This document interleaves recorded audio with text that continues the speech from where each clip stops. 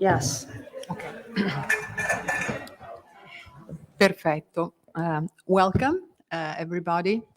I'm Cosetta Gaudenzi, and I'm the treasurer of the American Association for Italian Studies. I'm Evelyn Soldato, and I'm the executive secretary of the American Association for Italian Studies. We decided today to coordinate into this event the second keynote speaker, Dennis Looney, because I'm interested in Dante, the reception of Dante in Great Britain and America. Eva. I am a Renaissance scholar, and I've recently worked on the Renaissance reception of Dante indeed. But there's another more interesting reason why we are introducing Dennis. Eva is from Florence. And I'm from Ravenna. So two competing cities for Dante. But for today, we promise we will be in harmony. Yes. And believe me, Cosetta, sooner or later, it will be ours again. I don't think so. Let me introduce Dennis. Dennis Looney served as director of the Office of Programs and director of the Association of Department of Foreign Languages at the Modern Language Association from 2014 to 2021.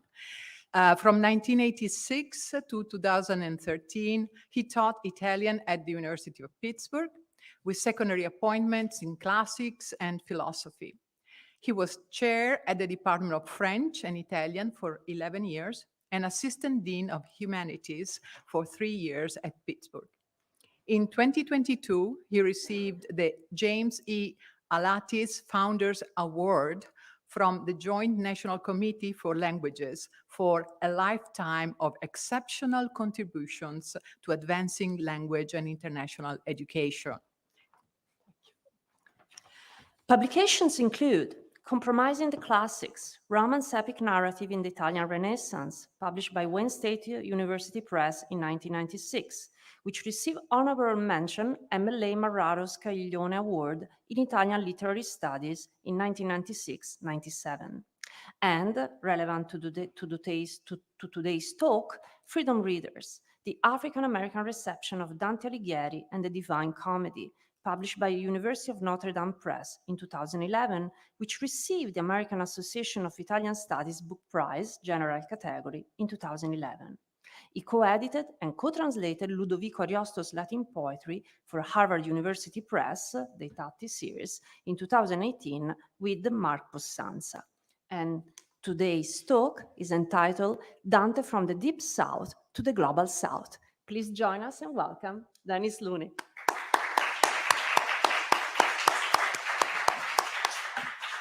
Thank you all very much. I thank Cosetta and I thank Eva. And I also just will take the moment to thank all the officers. So they're sitting here, Ellen and Nico and Monica may be here somewhere, of the ICE and the hardworking IT staff, Valeria Federici and Fabrizio Cabizza, who's a kind of outsider who's helping a lot, and then whom I just met a minute ago, Luca. Thanks. Without you guys, we couldn't do this. So thank you all very, very much. I want to begin with an image, and it's actually from Bologna, of an art restorer working on a bust of Dante in the foyer at the entrance to the University Library in Bologna. As you can see, our poet is being carefully tended to. When I first saw this image last year, I thought, what a relief to see a mask and latex gloves being put to a different use than what the pandemic had accustomed us to. The message from the library that accompanied the image refers to le operazioni di pulitura e restauro. I want to use this image as a visual equivalent for my own ongoing project on the reception of Dante, in which I hope to be presenting him to you, the reader, in a new light. The last thing I want to do is airbrush him, or God forbid, whitewash Dante with this renewed focus on how the engagement with Dante by American readers, Black and white, frequently seems to overlap with issues of social justice. I want to acknowledge up front the new perspectives on Dante coming to light in the recent work of scholars, some of whom are in the room, such as Beth Coggeshall, Nick Havley, Akash Kumar, Christina Olson, Deborah Parker, and Guy Raffa. There's much to do, and I'm excited to be a part of it. For some time now, I've been collecting examples of Black writers and artists who turned to Dante, the man in his poem, The Divine Comedy, to explore and articulate the discourse of race in 19th and 20th century America.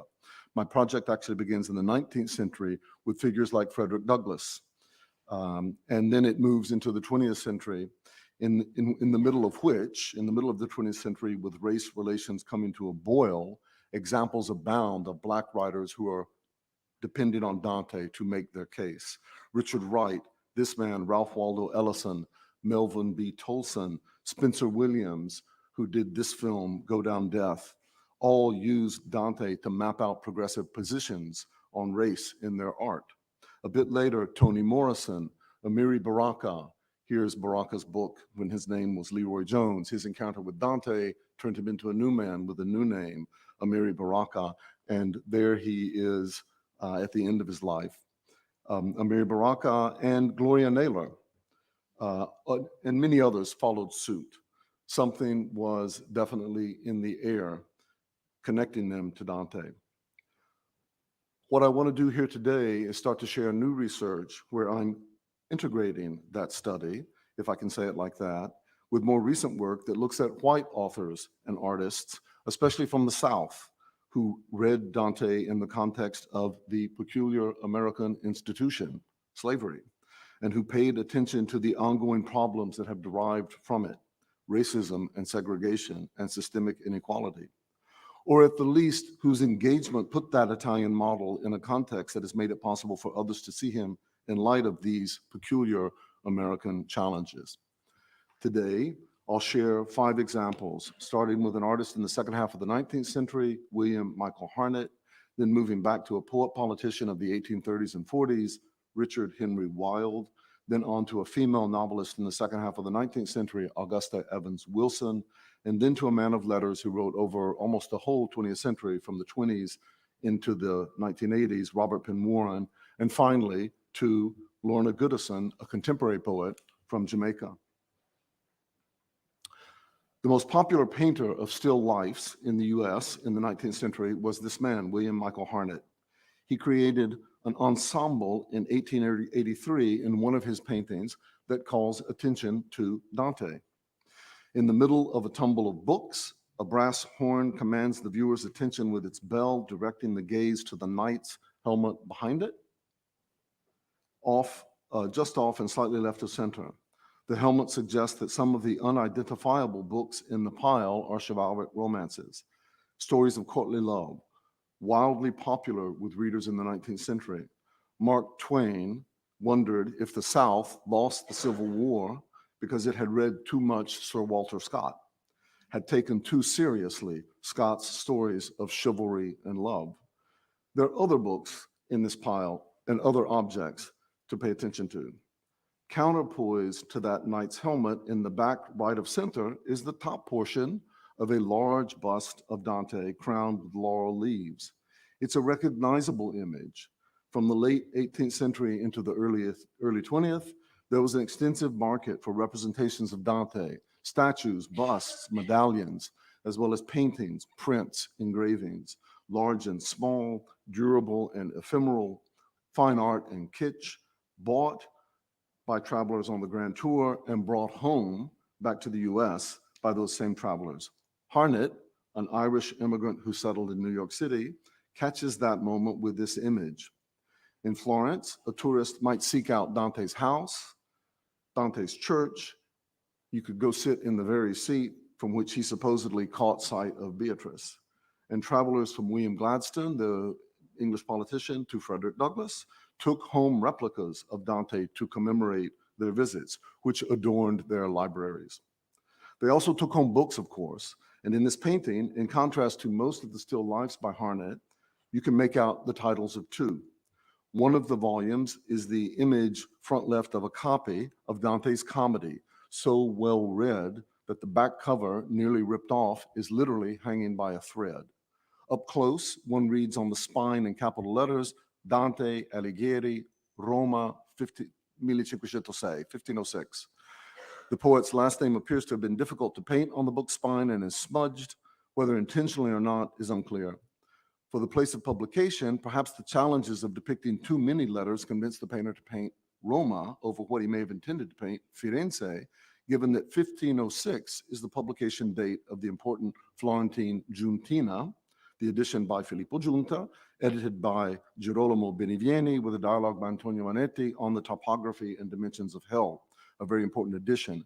This famous Giuntina marked a deliberate attempt by Florentine cultural warriors, represented today by Eva del Sodato, to reclaim their poet after the success of the 1502 Venetian Aldine edition and the Ravenites who were up in that other part of Italy.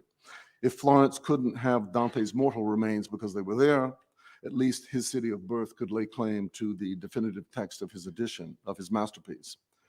There's another juxtaposition in the heap of books to sort out. The other legible title is represented on the cover of a paper-bound volume positioned catty corner on the edge of Dante's poem. It's there in kind of light blue, upside down to the viewer. You can make out, if you look closely, Juliet, which is the title of a scandalous novel by Marquis de Sade, a lustful book about a young woman's sexual improprieties, someone said. Juliet, fully titled, or Vice Amply Rewarded, is the novel for which Napoleon put Sade in prison for the last 13 years of his life. It's one of a pair of novels. Its counterpart, Justine, or Good Conduct Well Chastised, is the story of a proper young woman, Juliet's sister, who follows the rules and gets nowhere. Juliet, by contrast, once introduced to libertine pleasures in the convent where she was placed at a young age, never slows down. Even her encounter with the Pope, whom she debates on the paradoxes of Catholicism in an age of enlightenment, even that encounter ends in an orgy. This structural pattern is consistent in the novel. The main character speaks at great length before launching into energetic sex. That is, there's theorizing on libertine philosophy, followed by a display, to call it pornographic would not be an exaggeration, of the practice previously discussed. The ultimate point that Sade intended to make is that with vice, you prosper in the economy that matters most, that of pleasure. You would think that the juxtaposition of two authors whose titles are on display in this painting wouldn't require too much commentary. Dante and Marquis de Sade, moralist versus libertine. In Inferno 5, you remember Dante, the poet, condemns to hell adulterers like Paolo and Francesca for their incontinence, for their lack of self-control, which is precisely what Marquis de Sade glories in. Dante emphasizes how reading about courtly love, symbolized by that knight's helmet in the painting, leads the lovers of Inferno 5 to their death and damnation. Like Twain's Southern readers, they took chivalric romances way too seriously, some of us might say. But there's more here. Like Juliet, Marquis de Sade's character, not to mention Marquis de Sade himself, Dante too has some bones to pick with the church. As readers know, he doesn't refrain from assigning clerics of all ranks to the appropriate section of hell for eternal damnation, not for lust, as it turns out, but for lack of control with money, for corruption, and for any number of kinds of fraud. For speaking truth to power in this way, Dante was held up as a symbol of freedom by Italian nationalists, and through connections with them similarly by Anglo-American abolitionists in the 19th century, and from them, African-American artists beginning in the 19th century. Without too much effort, one could find commonalities, surprising though they may be, between Dante's positions on the abuses of clerical authority and Sade's critique of the church. It's difficult to determine the extent to which Harnett himself is attuned to these subtleties of interpretation, but his painting is certainly nuanced enough to allow interpretations on multiple levels that point to the polysemous quality of the reception of Dante. This still life attests to the ongoing engagement in the second half of the 19th century with Dante, both the political man and the poetic text of the Divine Comedy. He painted dozens, if not hundreds, of still lifes. The Metropolitan Museum in New York has 18. Many with books on display, and the vast majority of those are copies of books with no titles, but one author's name keeps turning up, Dante Alighieri. As far as I've been able to determine, his model copy of a published Dante is always that same volume. Octavo volume and calfskin of what looks like a Maltese cross on the front. In one still life, as you've seen, that cover's torn. In others, it's not. In various representations of that same book, the information on the sign, on the spine, changes. As you saw, the copy, and that copy is in the High Museum in Atlanta. This copy carries on its spine Roma 1506, whereas other ones do say Firenze 1501, Firenze 1495. The volume's contents, if he mentions it at all, if he paints it in, are also described differently in various still lives. And I apologize for the quality of these things. These are the best images I could find. In still life with Tankard, formerly in a collection in Buffalo, but then auctioned off, and now it's in somebody's house, the spine reads Purgatorio, Divina Commedia. And in still life with flute, vase, and Roman lamp, that's here in this image, it's at Yale University Gallery. The painter also emphasizes Dante's second canticle, but he reverses the order, Divina Commedia, Purgatorio. A thorough inventory will likely show other details worthy of comment. For now, I want to conclude these remarks on this opening figure who's not a Southerner. I'm using him as a kind of stepping stone into my talk. I want to note that he, Harnett, is drawn to Dante and he seems to want to emphasize purgatory. Why that might be, I can only speculate. He was born during the potato famine in Ireland.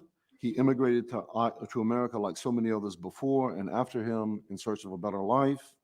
He seems to have landed on his feet. As I say, he was the most popular still life painter in the 19th century. But I'm sure it wasn't always easy.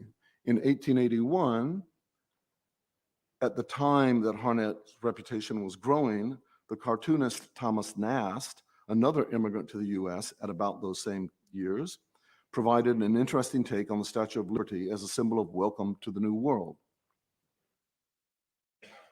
Nast wanted to warn immigrants about the perils of life in their new country with this striking adaptation of the Statue of Liberty that appeared in Harper's Weekly magazine. The cartoon provides visual commentary on an editorial column that he didn't write, someone else wrote that, about New Yorkers' growing protests on the unsanitary quality of life in their city.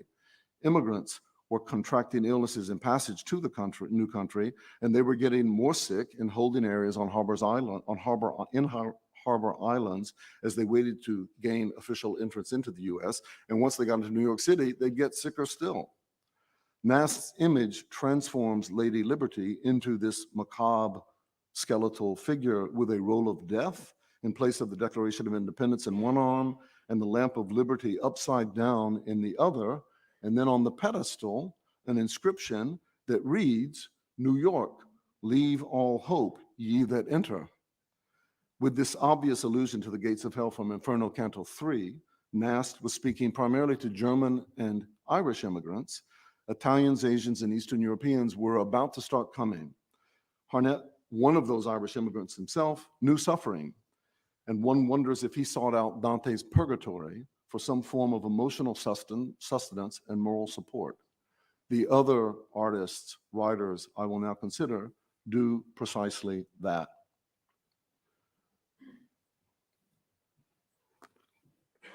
Like Harnett, Richard Henry Wilde immigrated from Ireland to the US at a young age. He lived in Augusta, Georgia, where he became a prominent lawyer. He was the state's first attorney general. He was elected to represent Georgia in the US Congress for 5 terms in the 1820s and 30s. After he ran for office and lost in 1835, he took refuge in Italy from 1835 to 1841, where he studied and wrote on Dante and Tasso, among other projects. He was likely the person most responsible for the discovery in the Bargello and eventual restoration of this fresco of Dante that came to light in 1840, 1841, attributed to Giotto's workshop in the Cappella della Maddalena in the Bargello. The painting, believed to have been made around 1300, as you can see, portrays a youthful Dante, and it got colorized and circulated in various versions, as you see, one of which you see here, shows Dante standing among many of his peers in the ranks of the blessed. This image of the poet in his political prime balanced images drawn from Dante's death mask, with which you're much more familiar, that emphasize that austere face of exile. Overnight, that fresco in 1840-41 became a destination for travelers to Florence. Its impact on the reception of Dante in the Anglo-American world was extensive. Wilde's most famous poetic work is a book-length poem called Hesperia, composed as a descriptive catalog of the features and topography of his adopted country. As it continued to expand to the west, he took the title Hesperia from an ancient Greek expression for Italy, which described it as the land of evening, the land where the west sun sets, where the sun sets in the west. In one passage, the author highlights a sandstone butte, a rock formation, along the Illinois River, which is in western Illinois, west of Peoria, whose history reminded the poet of the story of Ugolino in Inferno 32-33. It's still there. It's called now Starved Rock. Its name recalls the legend that a band of Potawatomi Native Americans trapped another band of Native Americans, Illini Indians, on it. The Illini chose death by starvation over coming down off the rock and being massacred by a much larger force. What is yon rude and overhanging steep that frowns on Illinois River's unmurmuring tide, fortress or cliff or pharaohs of the deep, stern nature's monument of savage pride, the Sioux's tower of hunger, Pisa's keep, amid whose horrors Ugolino died, before that rock of famine well might quail, did but an Indian Dante tell its tale. With his condensed hypothetical expression, did but, Wilde imagines an Indian Dante, if only there were an Indian Dante who might do justice to the starvation of the Illini Native Americans, on a par with what Dante himself did in the episode of Ugolino. Let me unpack this a bit. Here's an Irish immigrant in the US, elected by Georgians, Southern Georgians, to represent them in Congress, in a poem on his new country's westward expansion, which was booming going forward, fantasizing that only a poet of the appropriate Native American culture and of the caliber of Dante could do justice to the horrific history of one particular place along the Illinois River. And the motivating feature that links all the dots, in fact, here is Dante. This canto, Louisiana, opens with a view west at dusk that is a direct translation of Dante's Purgatory, Canto 8, lines 1-6, Era già l'ora che volgi il visio. Richard Henry Wilde repeatedly sees the New World through Dante-colored glasses. At the end of Hesperia, the poet shifts his focus from the topography of the American landscape to his work's dedicatee, a noble lady from Cosenza, La Signora Marchesa Manfredina di Cosenza. But the scene conjured up by memory fades, fade, prairie, stream, and forest from my view, and hunter, warrior, pilgrim now are shades.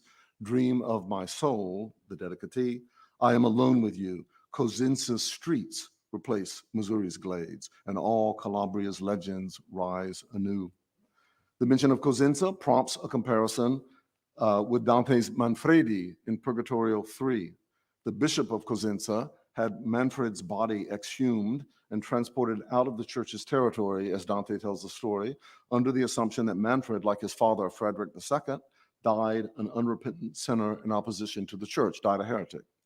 But the pilgrim's exchange with the soul whom he meets on Mount Purgatory in one of the first extended encounters with the soul reveals a different story and tells the story with a happy ending. Manfred's sincere conversion just before dying on the battlefield, as Dante tells the story, lands him on the lower slopes of purgatory, where, to be sure, he'll have a long time purging his sins, but he's saved and he's on his way to heaven.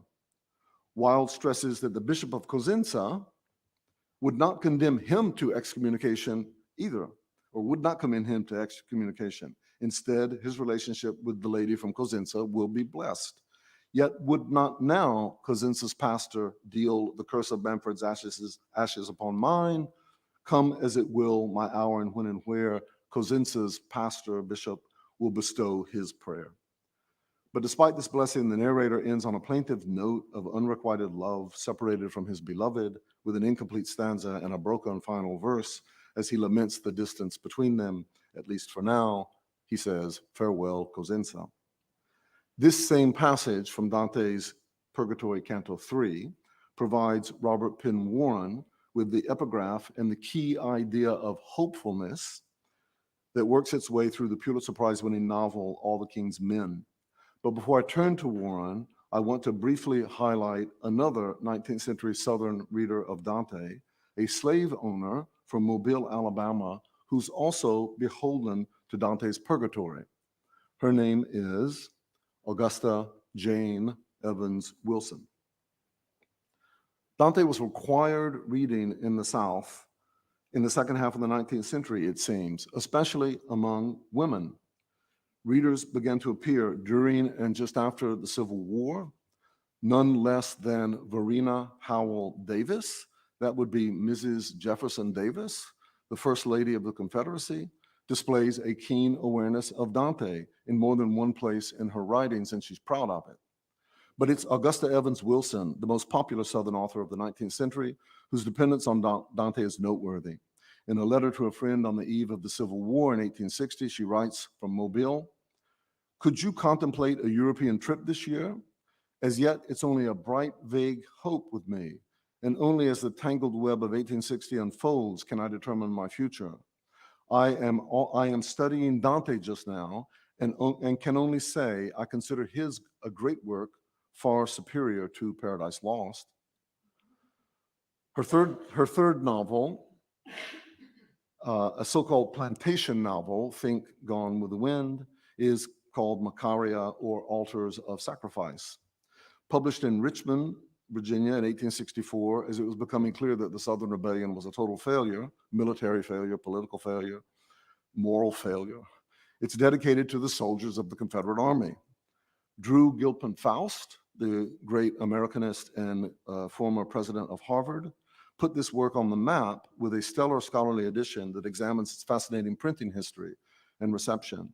A working copy of the novel was smuggled out of the South through Union blockades from Charleston to Havana, and from there to New York, where its propagandistic pro-Confederate sections and this page-long dedication to the Army were cut or toned down. Its title was shortened to MACARIA, and it was published a second time in 1864 out of New York, in a version we could say new and improved for Northern readers.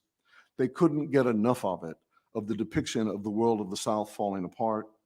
At the same time, readers on both sides were captivated by this nostalgia for what would come to be called the lost cause in the Old South, of which Evans later would become recognized as being a prime mover. She had a lot to do with monuments that were being put up in the end of her life. An officer in the Northern Army that was occupying Nashville in 1864 and 5 banned his troops from reading the book, saying that it was bad for morale. MACARIA tells the intertwined stories of two women, white women, one aristocratic, one working class, leading up to and during the course of the war. And it uses Dante's Purgatory repeatedly in key passages as a text with a message of resilience and resistance for the women of the South. The Southern belle, the aristocrat, Irene, whose name means peace, finds strength in Dante's image of the humble reed at the end of Purgatory 1, the resilient plant that Virgil uses to prepare the pilgrim for his journey up the mountain. The other woman, Electra, who hopes to escape the limitations of her class and gender by becoming a famous painter, is warned by her teacher not to put her faith in fame. And her teacher cites, using Carey's translation, an extensive passage from Dante's Purgatory, Canto 11, on the transitory nature of fame. Credete ci mabui nella pittura tenerlo campo. And at a critical turning point in the novel, Irene rejects the marriage her family has arranged for her, speaking directly to the would-be groom, quote, "Dante painted no purgatory dark enough to suit the wretchedness that would result from such an unholy union as ours would be," end quote. He got the message. Irene chooses a path of service instead, being a single woman instead, and works in war hospitals. Her path crosses Electra's, the painter, when the painter uses her as a model for an image of peace, of hope for peace, at the end of the novel. Dante's Purgatory offers guidance to both these women on how to live a meaningful life in hard times in what Gilpin Faust calls a war story for Confederate women. There's another book, St. Elmo, a novel she published just after the war in 1866, so she was writing it during the war, one assumes. It is reckoned by literary historians to be the third most printed book in 19th century America after the Bible and Uncle Tom's Cabin. Wildly popular in the South and the North, the novel's narrative revolves around the relationship that develops when Edna Earl, whom you see in this later, this is a cover from 50 years after the first publication. Edna Earl, a young woman, finds a copy of the Divine Comedy in the Carrie Flaxman edition in front of her grandfather's blacksmith shop on the ground. And you can see her there. She's a bookworm. She's got her, and she's a writer, Edna Earl. And there she is with her paper and pencil or pen. Quote, night and day, she pored over this new treasure, this copy of Dante she found, sometimes dreaming of the hideous faces that scowled at her from the solemn, mournful pages. And when startled from sleep by these awful visions, she would soothe herself to rest by murmuring the metrical version of the Lord's Prayer contained in the Purgatory, end quote. She eventually figures out who the owner is.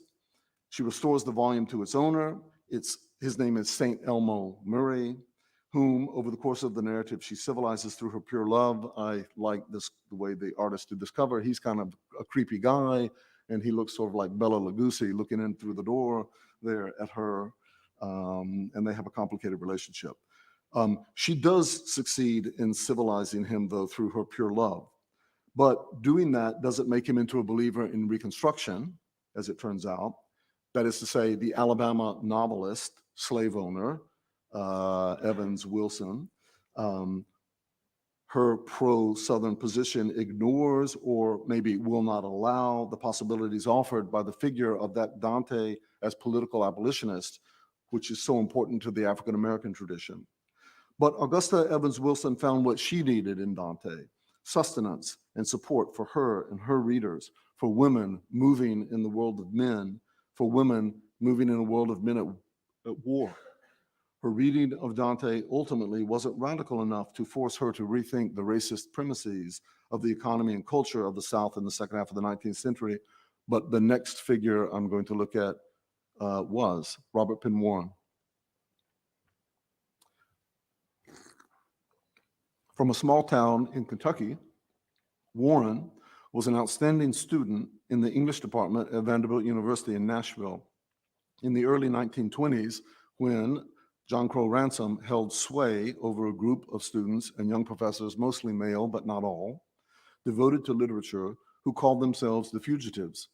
Here they are at a reunion in 1957. This is the 80th birthday party of the man in the middle. That's John Crow Ransom. So that's Alan Tate, Merrill Moore, John Crow Ransom, Donald Davison, and Robert Penn Warren is behind them. They all wrote poetry and prose, fiction and nonfiction, and practiced a brand of criticism that came to be called, with capital letters, New Criticism, famous for its direct focus on the text itself. In their literary work, they took refuge from encroaching industrialization, promoting a return to an idyllic agrarian past. In the 1920s, that kind of conservatism meant a nostalgia for the antebellum South, inequalities and all. The Fugitives morphed into the Southern agrarians of the 1930s, whose collective publication, a book of controversial essays that came out in 1930, I'll Take My Stand, from the song in Dixie, I'll Take My Stand, To Live and Die in Dixie, made an appeal to the pre-industrialized feudal aristocratic culture of old Europe. They believed that their Old South, their romanticized Old South, was the link to that past. But the world they imagined had much more in common with New Europe in the 1930s, with Nazi Germany and with fascist Italy. The project that they were embracing, agrarianism, was unambiguously racist. As Warren grew from a Southern regional writer in the 1920s, the youngest of that group, into a sometime agrarian in the early 1930s, and then developed further into a proponent of civil rights, very outspoken in the 1950s and 60s, and wrote a book on segregation, and wrote another book called Who Speaks for the Negro, and wrote another book called The Legacy of the Civil War, where he questions the lost cause and all of that. As he was doing all this, Dante marked the way. As a young boy rummaging around the attic of his father's ancestral home, he came upon a copy of the Divine Comedy, which had belonged, he was told, to his grandfather. That proved to be an auspicious discovery. He then read Dante at Vanderbilt in literature courses in the English department, in the translations of Carey and Longfellow.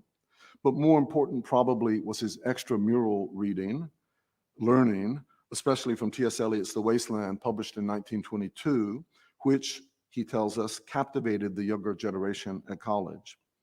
Eliot's poem contains at least five allusions to Dante's poetry, and 5 are acknowledged in Eliot's notes to The Wasteland that accompanies the poem, including one from Purgatory 26 that I'll come back to in a second. Scattered remarks in Warren's letters document that he was reading Dante on and off in the 30s and 40s. In Italian, no less. He went to Perugia and learned Italian. His first wife was Italian-American. She was American, but her parents were born in Italy. So there was a lot of Italian in their life. While Robert Lowell was at LSU working toward a master's degree in English from 1940 to 42, he and Warren, quote, met several days a week at 12 o'clock and had a sandwich and a quick Coke, and then we read Dante for 2 hours, end quote. Warren kept at it over the course of his life to the very end in 1989, at one point joking that his Italian accent was so bad, Eleanor Clark, his second wife and a famous writer in her own right, wouldn't let him read Dante out loud. At the very end of his life, he reads cantos on his own, then plays back a tape of his daughter, Rosanna Warren, another famous poet, reading that same section in Italian. Dante keeps me from being bored with myself, he said movingly just before he died. Substantive allusions to the Divine Comedy occur throughout his works, poetry and prose. He notes that his second novel, At Heaven's Gate, came originally out of Dante by a winding path. The moral design of the novel is modeled roughly on a hierarchy of wrongdoing that one finds arranged and punished in Inferno Circle 7, with its various sins categorized under violence, and Circle 8, with an array of sins of fraud. As happens in many imitations of Dante, this writer uses the system of Dante's hell, its moral topography, as a loose guide for his own thinking about right and wrong. And that second cover is a New Directions paperback. You know, they see it as a new classic and republished it recently. All the King's Men in 1946 opens with an epigraph, as I said earlier, from Purgatory 3, where the late repentant Manfredi teaches the pilgrim that there is always hope for salvation, as long as one's faith is genuine at the end of one's life. Mentre che la speranza a fior del verde. There is hope that the narrative's troubled protagonist, Jack Burden, will find his way out of the crisis that marks the middle of his life's journey, even as tragedy unfolds around him. Dante marks the way in various moments in this novel, including a dramatic restatement of Picarda's line from Paradise 3, E in la sua volontade e nostra pace, our peace is in his will, God's will, where the authoritarian demagogue Willie Stark stirs up a crowd with riffs on that line. 10 different ways he says it over and over. And you can get a sense of, in the more modern cover, Willie Stark. But here are 2 film version posters. In 1949, they came out in the film, and that actor, the big face to the left of the red middle, Broderick Crawford, won an Academy Award for Best Actor. And then in 2006, this cast of stars, right? There's Sean Penn, who plays the demagogue, you know, the kind of Trump figure of Willie Stark, with Jude Law, who's the troubled narrator of it, and Kate Winslet and Anthony Hopkins and Mark Ruffalo. It's an amazing cast. A passage deep in the middle of All the King's Men deserves note. Jack, Jude Law, who's figured out the essence of Stark's political success, you know, he's a Trump figure, wants to share the revelation with his friend, Dr. Adam Stanton, whom Stark has tapped to be the director of a new hospital. Jack narrates the conversation in this way. Adam rose from his chair, took a couple of restless paces across the frayed green carpet, then swung to face me. Willie Stark needn't think he can flatter me. Nobody could flatter you, I said softly. Nobody in the world. And you know why? Why? Listen, pal, there was a man named Dante who said that the truly proud man who knew his own worth could never commit the sin of envy, for he could believe that there was no one for him to envy. He might just as well have said that the proud man who knew his own worth would not be susceptible to flattery, for he would believe that there was nothing anybody else could tell him about his own worth that he didn't know already. No, Willie Stark could never flatter you. Here, Warren loosely paraphrases Purgatory Canto 13, where Dante confesses on the terrace of the envious to Sapia that the sin of pride from the terrace down below weighs on him more than the sin of envy. Dante the poet doesn't actually say that his character, to restate Warren's way of saying it, could never commit the sin of envy. What he says, rather, is that he will spend piccio tempo when he comes back up on that particular terrace when he returns. It's characteristic of Warren's rewriting of Dante that he condensed a significant amount of the original into a single moment, as he does here. He announces outright that Dante is his source. Listen, pal, there was a man named Dante. And then he crafts one sentence, really, to reflect his adaptation of that whole scene. And in his last major work of prose, when he was in his early 80s, A Place to Come To in 1976, Warren writes about another male protagonist in midlife crisis, who is a professor at the University of Chicago, who focuses on Dante in his research. In an interview just after that novel came out, Warren reflects, quote, "Dante almost got me at one point," end quote. I'll come back to this novel in just a second. I offer these various samples to frame a more focused look at one final work of Warren's, Brother to Dragons, which he struggled with at the same time that he was engaging with Dante over the whole course of his life. And this is a work that not everybody would know. It's a verse, it's a play in verse. It's a kind of strange thing. Warren based the work on the story of an axe murder reported in the historical record, committed by Thomas Jefferson's nephews in Frontier, Kentucky in 1811, near where Warren grew up, in which Thomas Jefferson's nephews dismembered one of their slaves in the presence of all the others to make a point about obedience and respect owed the master. The narrative raises questions about the inhumanity of slavery, about the intersection of race and sex. It's hinting all the time at the Sally Hemings story, Jefferson and his own interactions with his slaves, of whom he had 600. And it openly explores human capacity for evil in general, while challenging the moral authority of Jefferson, who could not bring himself to discuss ever, as far as we can tell, even to face this appalling episode. Warren greatly labored over this work before its initial publication in 1953, and when he picked it up again in a second extended period of revision before it was republished in 1979, he wanted to be sure that he got it right. In the revised version in 1979, he comes right out at the beginning and signals an allegiance to Dante. In the opening monologue, the character, Thomas Jefferson, who's a ghost, a spirit, uses the first line of Inferno and says, "Nel mezzo del cammin," to gloss his uncertainty as he grapples with the responsibilities of drafting the Declaration of Independence. Warren portrays Jefferson at a crux in his moral and intellectual life, comparable to that of Dante at the beginning of The Pilgrim, at the beginning of Inferno 1. And then Warren says Jefferson, quote, "seized the pen to write the Declaration," end quote. He wants to believe that humans are good, but he has serious concerns weighing on him that complicate this picture, concerns about the peculiar institution of slavery in his own country, and then concerns about his own family and his own personal life, no less. I mean, this is a very frank portrait of a founding father who's very troubled, with good reason, about all the things that are happening that aren't talked about. Warren develops that connection to Dante in various ways. The narrative is Dantesque. You could look at it in more detail. There's a poet, pilgrim kind of character. There is a character in Brother to Dragons whose name is RPW, the writer of this poem, they say, he sets up a kind of dynamic like the pilgrim and the poet. But perhaps the most important way in which he does this is through the image of the pilgrim lost in a dark wood that Warren repurposes and transforms the world that Jefferson is moving through as a labyrinth, complete with its own minotaur. That story, that myth in Dante is across the poem, the myth of the royal family of Crete, in all three of the poem's canticles. In Infernal 5, Minos sits in judgment over each sinner.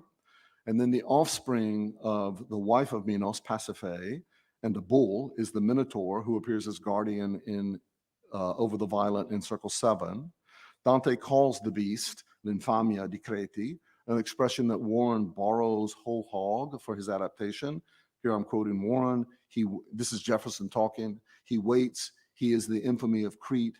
He is the midnight's enormity, and he is our brother, end quote. Pasiphae, the Minotaur's mother, features prominently in Dante's Purgatory 26, where Dante encounters two love poets, great predecessors whom the modern Tuscan poet wants to honor, Guido Guinizelli and Arnaud Daniel.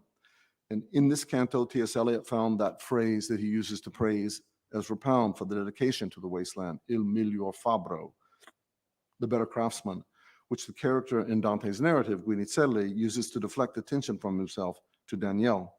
And Eliot repurposed the final line in Canto 26, poi s'ascose nel fuoco che li affina, as one of the last lines of verse that draws the wasteland to its conclusion. My point is that if you know Eliot's poem well, as did Warren, you know this canto too. And in this canto, the Cretan myth of Pasiphae marks heterosexual erotic poetry. With that myth, Dante emphasizes the irrationality of lust, how it can take control of the soul, and how it can overtake one's life. He's especially concerned, it seems, about how this problem can affect the life and body and soul of a poet. Warren was attracted to this kind of powerful exposition. Can I prove that he knew this canto in more ways? Well, his character, Jed Tewksbury, which is the name of the professor at the University of Chicago, in A Place to Come To, knows it. Warren tracks Jed's life as a professor of Dante at the university. In a mid-career crisis, the professor slowly rekindles his desire to teach in tutorial sessions with youth Chicago students on Dante. He first shows signs of renewed life in a discussion of Purgatory Canto 6, where Virgil meets Sordello, his fellow Mantuan. The teacher and his students give it a close reading. It's a kind of new critical reading of the passage, with the professor, who's originally in the narrative from Alabama, waxing eloquent on the exile of the Southerner in the North, or in the Midwest. Warren himself left the South in 1942. He was troubled about all the things that the South represented, returning only for short visits over the next 50 years. Like his protagonist in that novel, A Place to Come To, he thought of himself as a man in exile, taking Dante's fate as a model for his own. And the sure sign that his character, Jed Tewksbury, has overcome his crisis appears later in the narrative when he, Tewksbury, translates Arnaud Daniel. Warren, and the Provençal poet that's featured in Purgatory 26, and as he does it, he lavishes attention on all these possible variants. Warren has faith in the power of Dante's Purgatory to heal his character, to heal his reader, and to heal himself. The next and final author I want to turn to in this roster is Lorna Goodison. She also uses Dante to articulate a strong sense of place, and she also calls on Dante as a general mentor, as a guide for her art and her life. The Martinique writer, Edouard Glissant, in his powerful memoir entitled Faulkner, Mississippi, points out that the Mississippi of William Faulkner was, and still is, thoroughly Caribbean. And Louisiana, Glissant points out, where Faulkner spent a lot of time, lived and wrote as a young man, even more so Caribbean. Glissant mentions the food, the music, the Creole languages, the architecture, and of course, he dwells on the legacy of slavery shared across the colonial Caribbean and the deep coastal South, the Deep South. For Glisson, Faulkner is a Creole and a Caribbean writer, and he calls him that. If Faulkner is Caribbean, then I think I can say Lorna Goodison, Poet Laureate of Jamaica, is Southern in some ways, or at least her Caribbean experiences have much in common with those of the Southern writers I've been considering. And one of the key points they have in common between her world and theirs, it turns out, is Dante. In fact, Glisson could have added Dante to that list of points of commonality between the South and the Caribbean. The terminology of political economy provides another way to say the same thing. There's Jamaica just south of Cuba. Goodison's Jamaica is part of the global South. It's a country, as we used to say, third world country, a developing country, a country on the periphery. Here's another image. Something like this was shown earlier in one of the talks, a map with high income economies in blue, with developing economies in red, Jamaica in its spot to the west of Haiti and the Dominican Republic, just south of Cuba, is in the red there. Goodison, who recently retired from a distinguished career as a professor of poetry at the University of Michigan, came to Dante later in life. In an essay entitled Some Poems That Made Me, she notes, quote, "I would say that the poem that has had the greatest impact on my adult life is the Divine Comedy. Her extensive collected poetry," and here you see one image of a volume, and she's a painter as well, like her mentor, Derek Walcott, and she paints all her covers of her poems. Her extensive collected poetry includes numerous Dantesque poems, perhaps none more so than a poem entitled The Road of the Dread, in which the spirit of dread, an awesome spiritual presence, speaks to the reader through images grounded in Dante. The road, the journey, beasts along the way, light, dark, bread of exile, bread of the angels. Many recent poems in another volume, most recent volume, I think, Mother Muse, are actually composed in tercets, in terzine. So she's very interested in exploring in more detail her interaction with Dante. A gesture toward Dante's poetic meter, and an indication that her work as a translator of Dante is having a profound influence on her own creative expression. It's to Lorna Goodison's practice of translation that I want to now turn in this final section of my talk. And in this volume that came out fairly recently, she has a translation of one of the cantos in Purgatory that I'm going to point to in a second, Purgatory 12. Goodison has published versions of Inferno 1, Inferno 15, and Purgatory 12, and she has many other cantos circulating in draft that some of us are getting to read. She dedicates her translation of Inferno 1 to Derek Walcott, her fellow Caribbean poet, now deceased, who then comes to life as a Virgil in her poem, who serves her as a guide and mentor. Names from Caribbean history fill her translations. In Inferno 2, at the memorable moment when the pilgrim asks, "Who am I to make this trip to the other world?" and reflects, "Io non enea, io non parlo sono," Goodison sings, "But why is me must go? Who says so? I'm not Garvey, Nanny, nor Marley." That is, Grandi Nanny, an important figure in Caribbean history, in Jamaican history, Marcus Garvey, a very important figure in Caribbean Africanism, and Bob Marley, don't need to tell you who he is, noted figures in Jamaican cultural history, each of whom make repeated appearances in her translations. Caribbean places also appear. The Blue Mountains of Jamaica, Bog Walk Gorge for the River Phlegethon, Rock Hall for Dante's Rubaconte. In her Inferno 15, Brunetto Latini morphs into Teacher Brown. And the earthworks of Dante's Seventh Circle are compared to, quote, thick mud walls to keep out the sea in places like British or French Guiana. Goodison adds women to the circle of sodomites. Quote, "We were all professionals of true worth, men and women of letters, scholars of high renown," end quote. But the most surprising change of all might be the sound of that Jamaican patois, which you heard, but why is me must go. That Jamaican patois, where she calls on it to speak.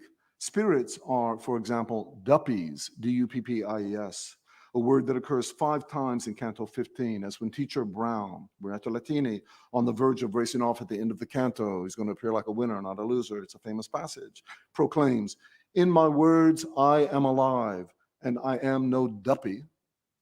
One group is called the Done Already Dead Band, and the pilgrim wants to know, asks Teacher Brown, who was down there with him in Hell's Hot Sands, from manner born to just come around? Upper class, lower class, who's down there? This is a new Dante. It's a melodious Dante. Maybe even it's a magical Dante. I want to set the scene for looking at the end of Goodison's version of Purgatory 12. An angelic guide, whom Goodison calls the key man, he holds the keys, leads Dante and Virgil to the inner edge of the Terrace of the Proud, from which they begin to make their way up to the next terrace. The pilgrim, feeling lighter, senses a newly found spring in his step. Unbeknownst to him, the angel has removed the first of those 7 inscribed P's etched on his forehead, the one representing the sin of pride. Now purged of that particular sin, Dante no longer bears its specific burden. To help him understand what has happened, Virgil anticipates the moment at the top of Mount Purgatory when all the P's will have been erased, making the pilgrim yet lighter, even still, which prompts Dante to reach up and feel his brow. In the original text, Virgil prompts Dante for 6 lines, the pilgrim acts over 9 lines, then the guide smiles. Goodison's version is exactly the same number of lines, but emphasizes the parts in this little skit differently. Virgil speaks at much greater length, the pilgrim acts very quickly, then the guide smiles. By emphasizing Virgil's comments, Goodison, her rendition throws the pilgrim's reaction into a sharp and focused relief. As we were turning to go up the stairs, Beati pauperis spiritu, blessed are the poor in spirit to you, this was being sung in dulcet tones so ethereal, so delicate that ordinary tongue could not describe it. Oh my, what a complete difference between this sight and hell. Up here, you come in accompanied by high praise songs. Below, it is so savage lamentations. We were already on the treads of the holy stair when it felt to me that my entire being was lighter than I had seemed when I was down on the plains. Master, I asked him, what kind of heavy weight has been taken off of me so that I can now barely feel exhaustion or fatigue as I proceed on my way? He answered, when the P's that still remain on your forehead, though they are now almost gone like this one, when they are erased, then your steps will be cushioned by compassion, and you will no longer feel any exhaustion.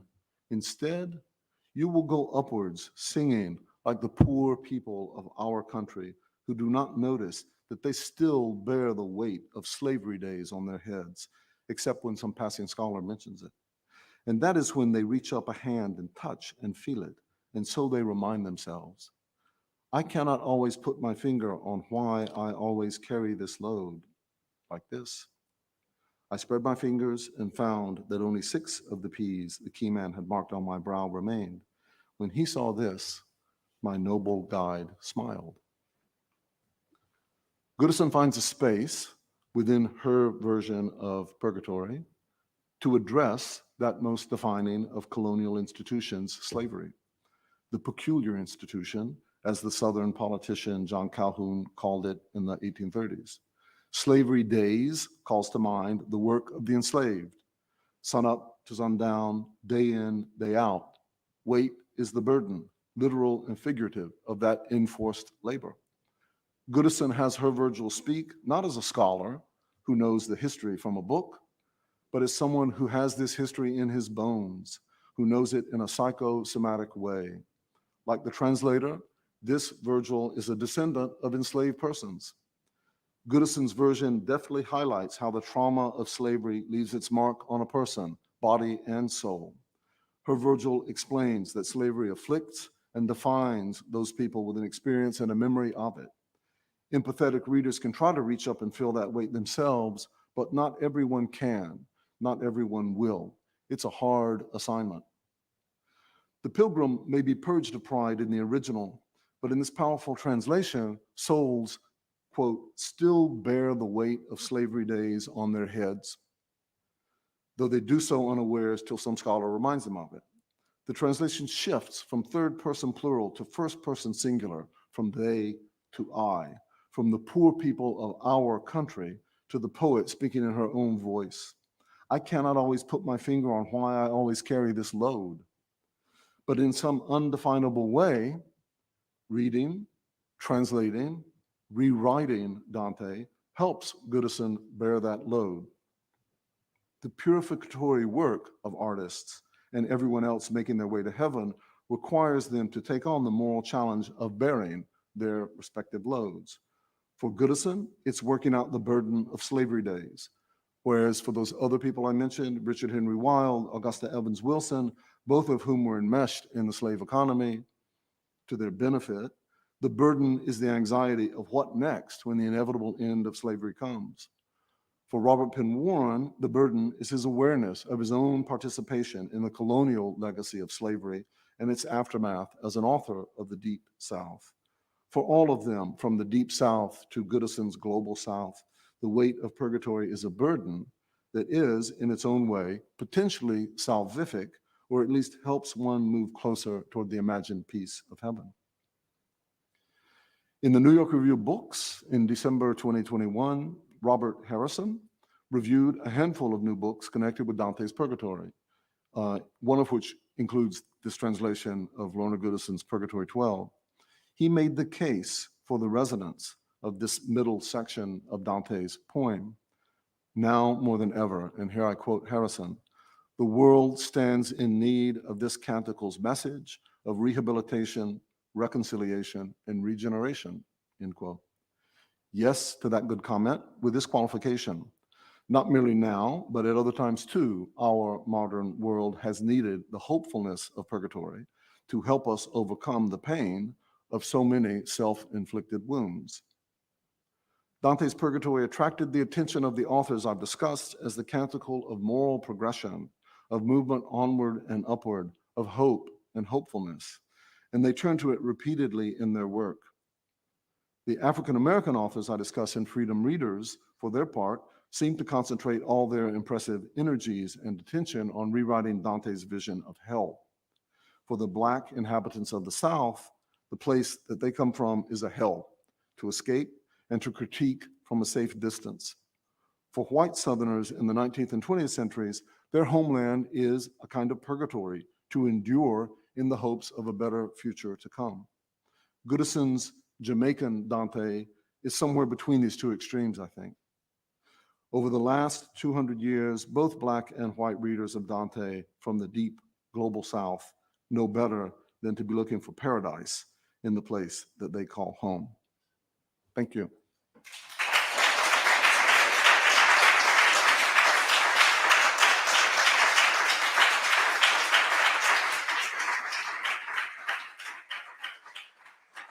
Thanks very much. I'm happy to talk.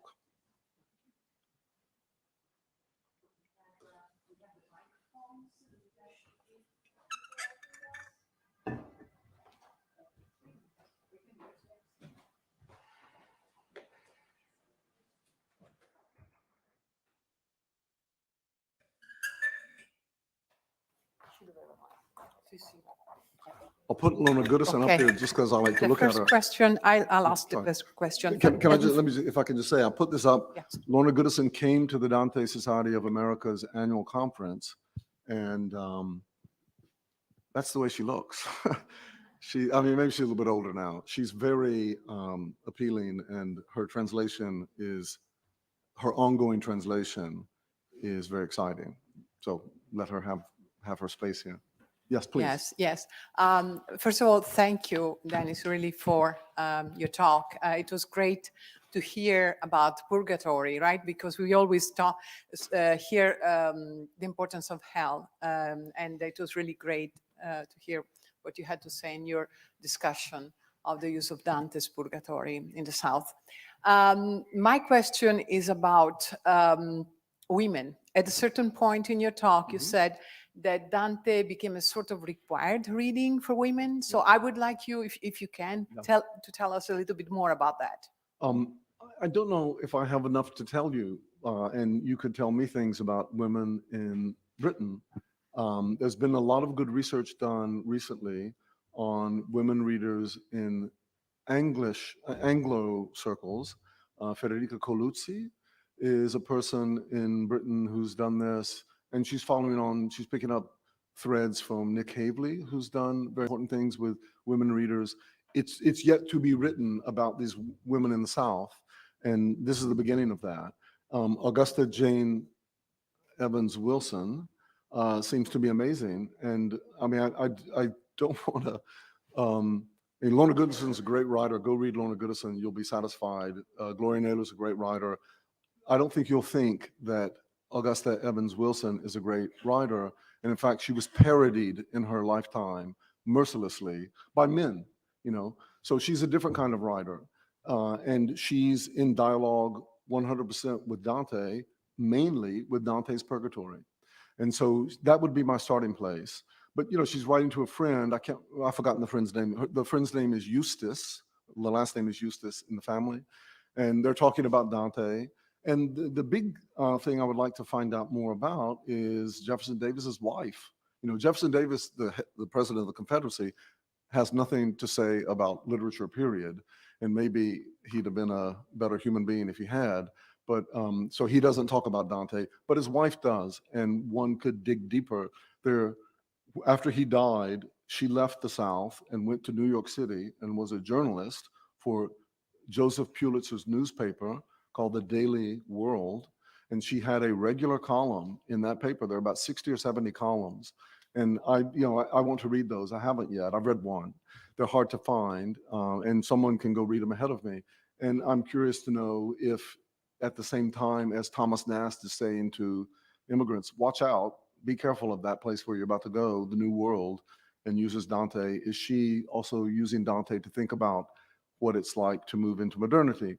But anyway, I've found tidbits here and there. Augusta Evans Wilson is the starting place. And I don't know all the scholarship on women's writing in the 19th. I don't know much of the scholarship at all, to be honest, on women's writing in the 19th century. There's a lot of it. And that would be another place to go. But I think because Augusta Evans Wilson is such a, she's cranking books out and they're being bought up and read. She's not Jane Austen, who's a great writer. And so she's been dismissed until recently in our lifetime. Drew Gilpin Faust said, hey, wait a minute, this is an important author and this is an important book about the Civil War. And so there's much there to work with, I think. Thank you. Another thing to do is to look at the clubs. And this is something that Federica Coluzzi's done in Britain. And Carol Kyoto is doing it now in this country, who was the host, of a Dante Society meeting last year or the year before. Clubs, these circoli danteschi, are very important. They were important for me when I was doing the research on African-American readers. They're reading clubs in places like New York and Boston where African-American readers gather, and on their list they have Dante. And they're clubs, some of which are very focused, or specifically for women, where they meet and gather and have conversations. And so that would, and read, and that would be another place to look. Thank you very much. Mm-hmm. Now, is there anyone would like Ci sono io. Vai tu, vai io.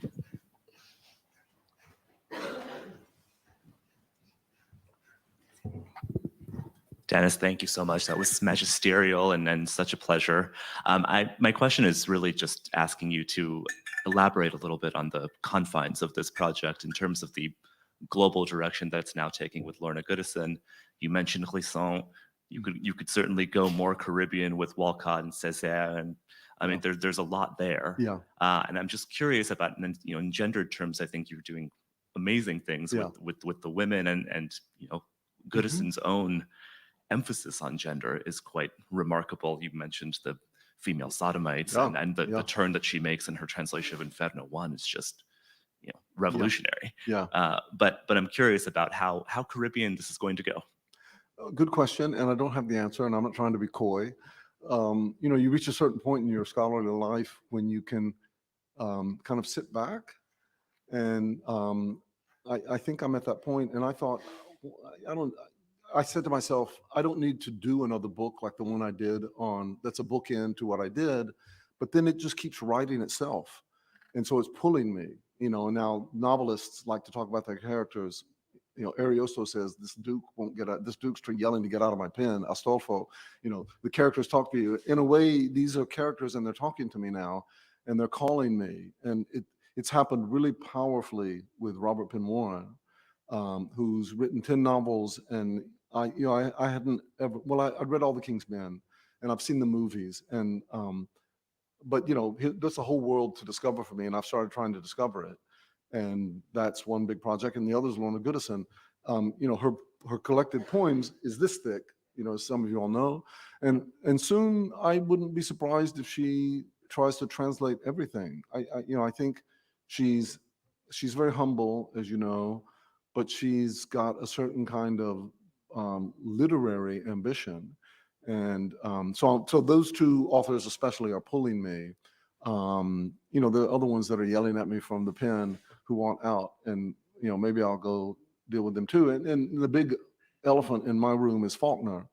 And you know, if I were to do what Sandra Ponzanesi did so elegantly yesterday, and open with a kind of aside, I could say, these are my people. You know, I'm Irish immigrant descendant from the South. And so that too is interesting to me. There's some personal stories that could turn into something. But back to your question about the Caribbean, there is a Caribbean Dante to explore. And people are starting to look at that. And that could be, or maybe ought to be, a part of this. And Faulkner with Goodison might be the linchpins or the key, some keys, or Verena Davis sitting in Mobile, Alabama. That's where she and her husband were in the last decade of their life. When I can imagine she's reading Dante. Let me tell you, I was in New Orleans, where my daughter lives, and I tried to get permission to go to Beauvoir, which is a old Southern house outside of Biloxi, Mississippi, close to Mobile, and because there's a library there, and they wouldn't let me in. And I didn't get answers, and I was persistent. I mean, you know, if you've been a scholar in Italy, you know how to be persistent. You keep knocking on the door and say, I can come at the other time, it doesn't matter, or find the letters, I want to look at them, I'll come back tomorrow, you know. And so I persisted, and they finally just said, we're not prepared to have scholars come and look at Verena Davis's writings that are here. We recommend that you go to Richmond and see the ones that are there.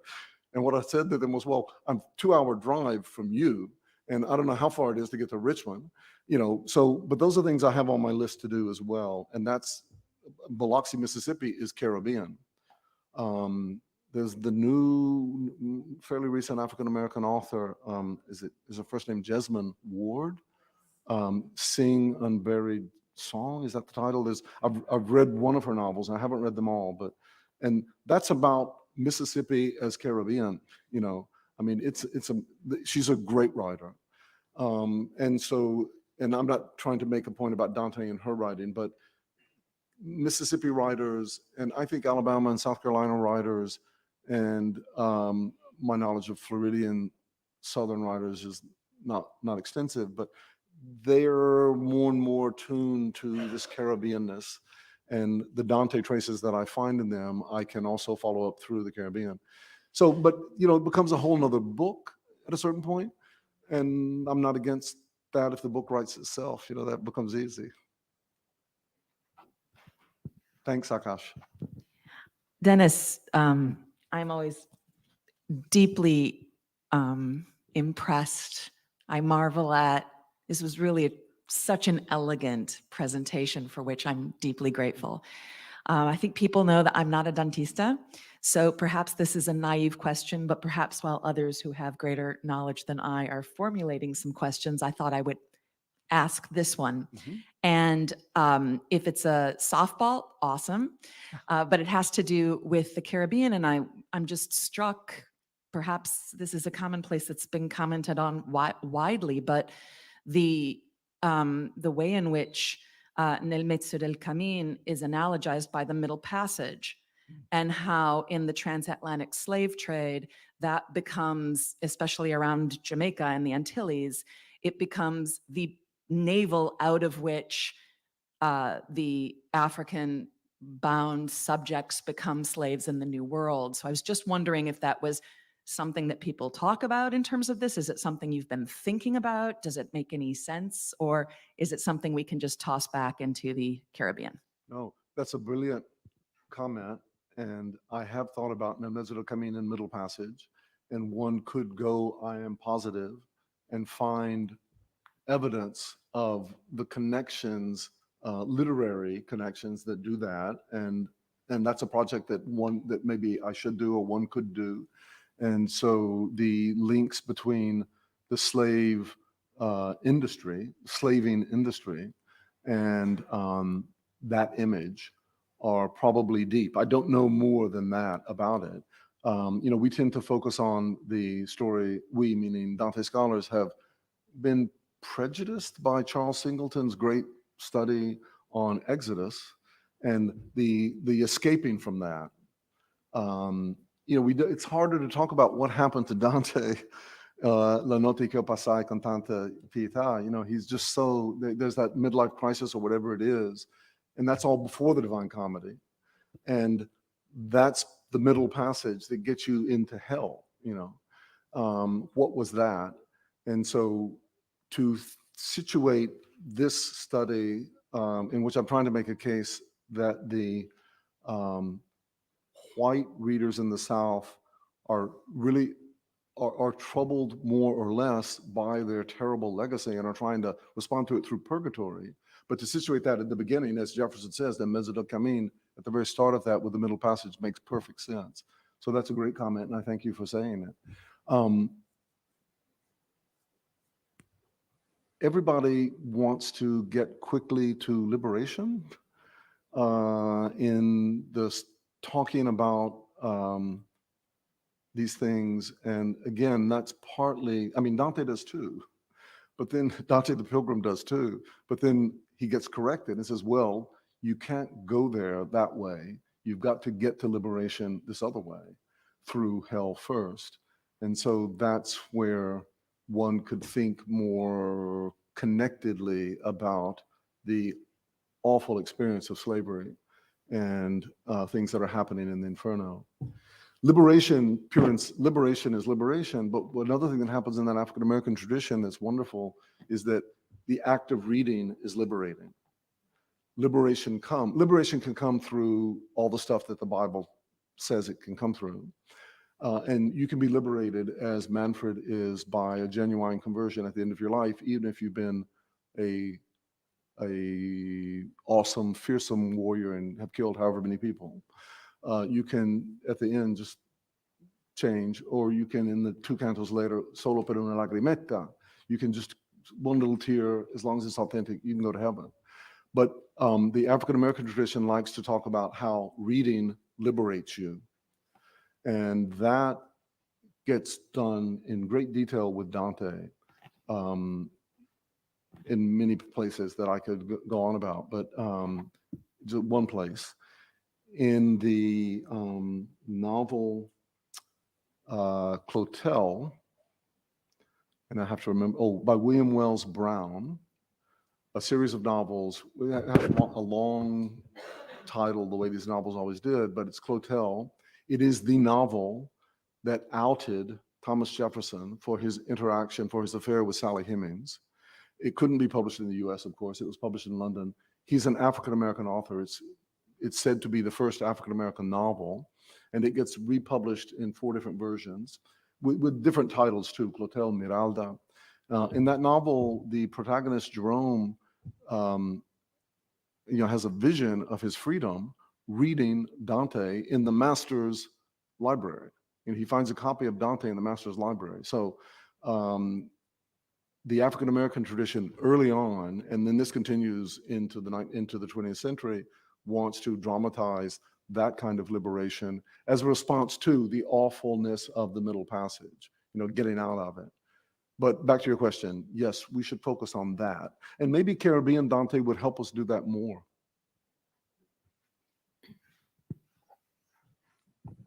I actually want to pick right up on that, Dennis, if I may. One of the things that that really struck, and thank you as always. Your talks are always so illuminating, and just thank you. Thank you. You're an ideal audience, and have you in my audience, Beth. Come on.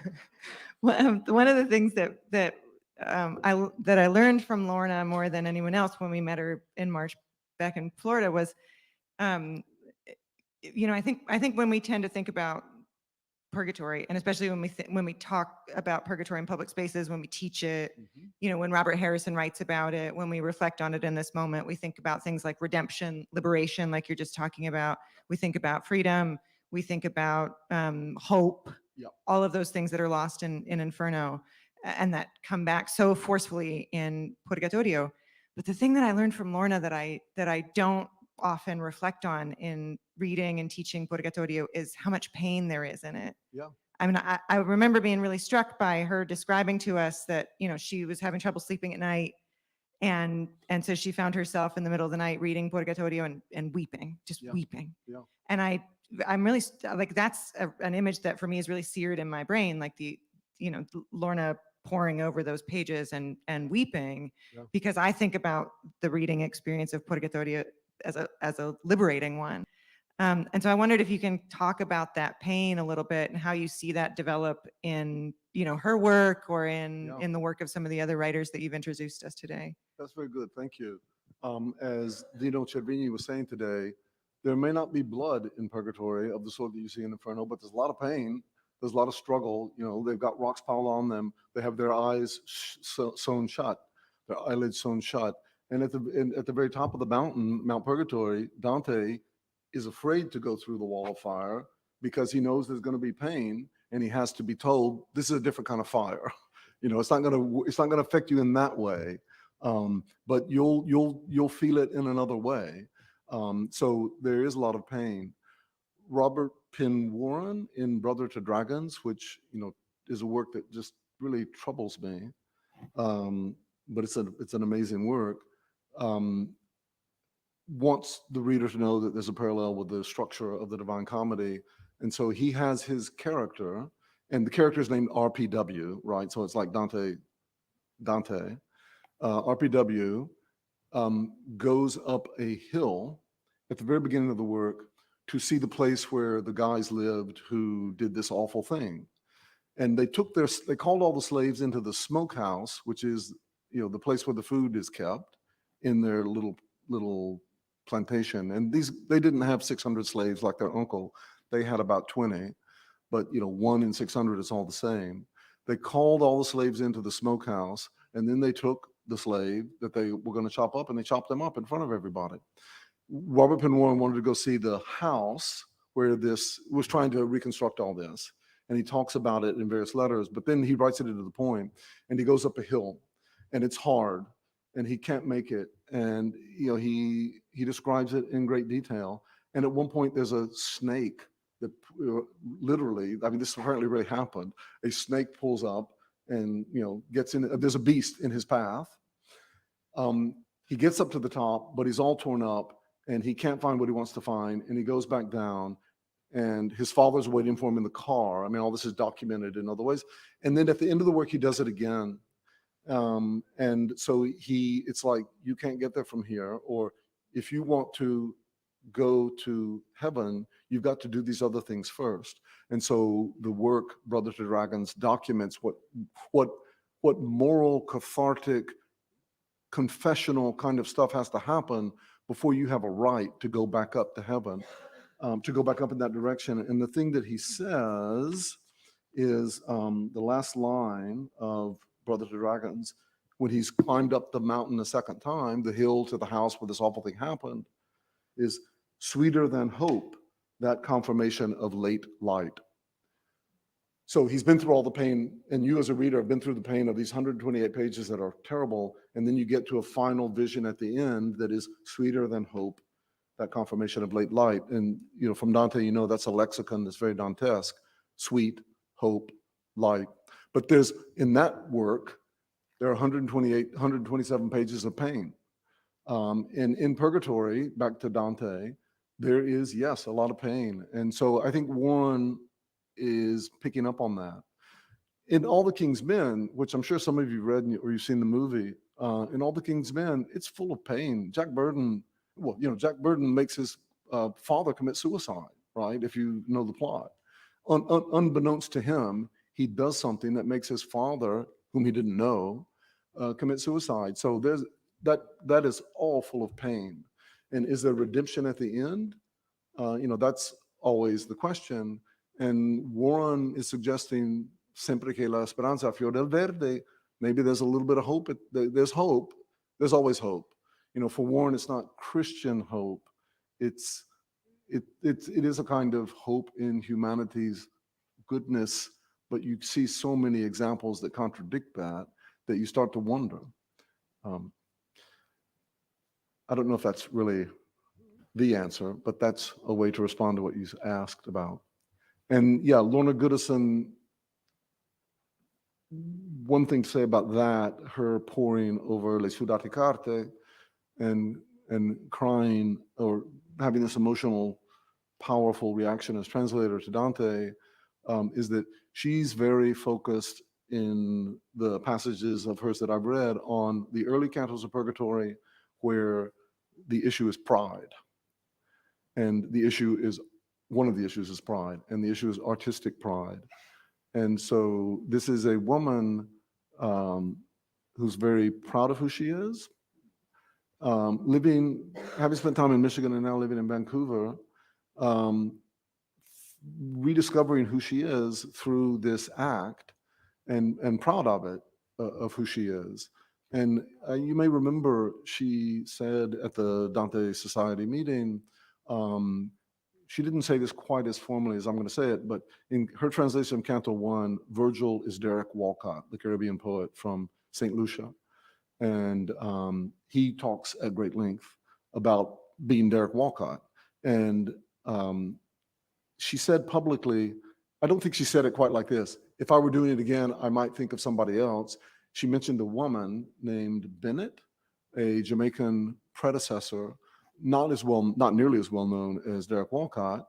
And so she's interested in exploring, she has pride in who she is as a woman writer from Jamaica, and is deeply exploring that. And there's a lot of pain involved.